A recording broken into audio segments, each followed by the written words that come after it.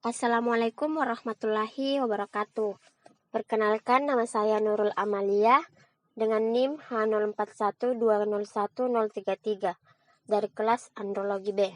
Di sini saya akan menjelaskan hasil dari review jurnal yang berjudul Diagnostic and Therapeutic Work of Definition Result from Adelphi Consensus of Sinology Expert, di mana jurnal ini dituliskan oleh Andrea M. Isidori, Bruno Glamoso, Gulfani Corona, dan Paolo Fierz, yang diterbitkan pada tahun 2019 pada jilid ke-7 dan halaman 292 sampai halaman 302. Adapun pokok pembahasan yang akan kita bahas pada kali ini yaitu yang pertama, pendahuluan, yang kedua, hasil dan diskusi, yang ketiga, kesimpulan. Selanjutnya, pertama-tama perlu kita tahu apa sih itu disfungsi ereksi atau biasa kita singkat dengan DE. Disfungsi ereksi adalah masalah kesehatan yang semakin penting dengan kata epidemiologis dan menunjukkan prevalensi yang tinggi dan peningkatan insiden secara keseluruhan di dunia.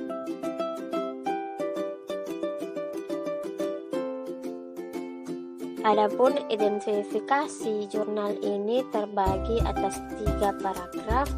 Pada paragraf pertama membahas tentang beberapa pedoman untuk diagnosis dan ancaman pasien yang menderita DE.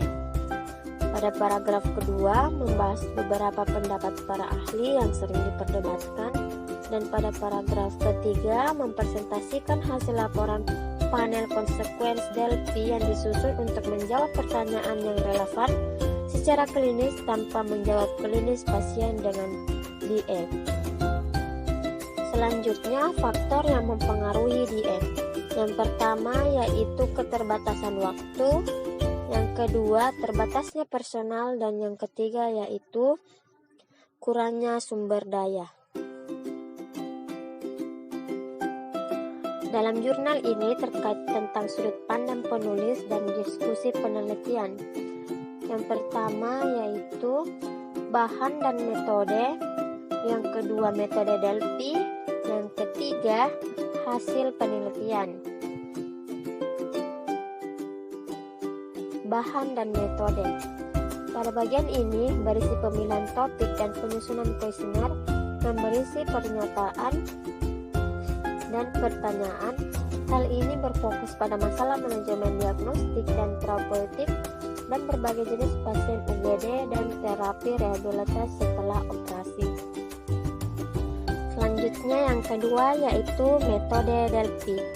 Metode Delphi adalah metode yang terstruktur yang umumnya digunakan dalam kedokteran untuk memperoleh konsensus di antara para ahli dan untuk mengembangkan rekomendasi pedoman klinis atau indikator klinis.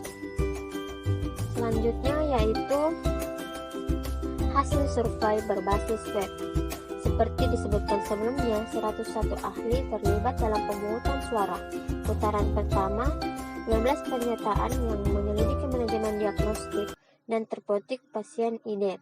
Menerima jawaban yang beragam dari panel menunjukkan bahwa dalam praktik klinis pendapat sering berbeda di antara para ahli. Selanjutnya yaitu hasil konferensi konsensus. Nah, pada putaran Delphi kedua kemudian dilakukan konferensi konsensus yang diadakan di Roma pada 20 April 2018. 70% dari responden putaran pertama online juga mengambil bagian dalam putaran kedua. Para peserta kemudian dibagi menjadi 4 kelompok dan mendiskusikan item pernyataan terpilih yang dilaporkan di bawah ini dengan semua anggota dewan penasehat sebelum pemungutan suara putaran kedua. Hasil putaran kedua ditunjukkan oleh dewan penasehat mengingatkan semua peserta untuk menjawab berdasarkan praktik klinis mereka yang sebenarnya, bukan pada skenario kasus terbaik mereka. Akibatnya setelah putaran kedua konsensus berbeda untuk beberapa item.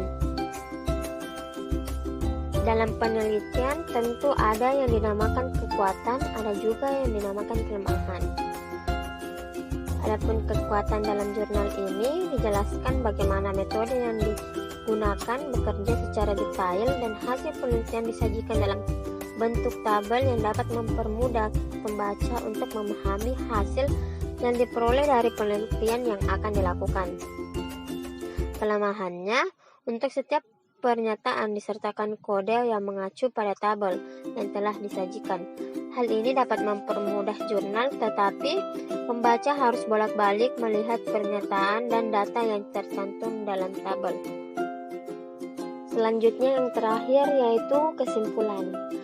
Hasil konsensus Delphi ini dengan jelas menunjukkan bahwa dalam praktik sehari-hari beberapa rekomendasi dari pedoman sering diabaikan. Sementara ini agak diharapkan untuk beberapa item yang diselidiki. Mereka menemukan bahwa sebagian besar ahli tidak mengikuti pedoman untuk terapi ini. Pertama, untuk pasien naif tentang mengganti obat untuk non-penanggap sebelum menyarankan perawatan yang lebih invasif, atau bahkan pada pengguna dari tes diagnostik. Baik, cukup sekian review jurnal dari saya. Saya ucapkan banyak terima kasih. Assalamualaikum warahmatullahi wabarakatuh.